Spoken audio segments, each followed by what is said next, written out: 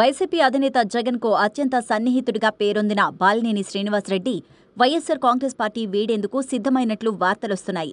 Balineni Srinivasa Reddy YS కుటుంబానికి అత్యంత సన్నిహితుడు, బంధువు కూడా.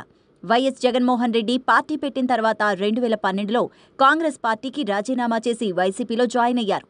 ఆ తర్వాత ఉప ఎన్నికల్లో ఒంగోలు నుంచి గెలిచారు. 2019లో మరోసారి గెలిచిన ఆయనకు మంత్రివర్గంలో స్థానం దక్కింది. అయితే 2.5 ఏళ్ల తర్వాత బాలినేనిని కేబినెట్ నుంచి తొలగించారు జగన్.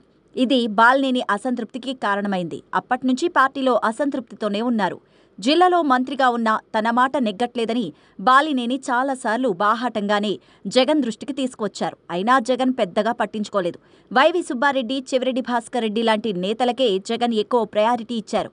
దీంతో కొంతకాలం ఆయన పార్టీ కార్యక్రమాలకు కూడా దూరంగానే ఉండిపోయారు. అయితే జగన్ ఒకసారి తాడేపల్లి పిలిపించుకొని మాట్లాడడంతో సర్దుకుందని అంతా భావించారు. అయితే తాజా ఎన్నికల్లో ఓటమి తర్వాత బాలినేని అవకతవకలపై కేసులు నమోదవుతున్నాయి. ఈ వ్యవహారంలో పార్టీ నుంచి ఎలాంటి సహకారం అందట్లేదు. ఇది బాలినేని ఆగ్రహానికి కారణమవుతోంది.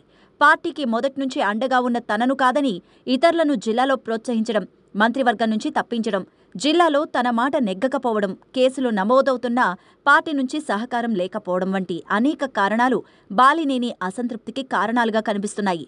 అందుకే పార్టీని వీడాలని నిర్ణయించుకున్నట్టు తెలుస్తోంది.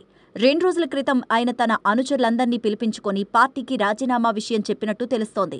వాళ్లంతా పార్టీని వీడినా తన వెంటే ఉంటామని చెప్పడంతో బాలినేని రాజీనామాకు సిద్ధమవుతున్నట్టు సమాచారం.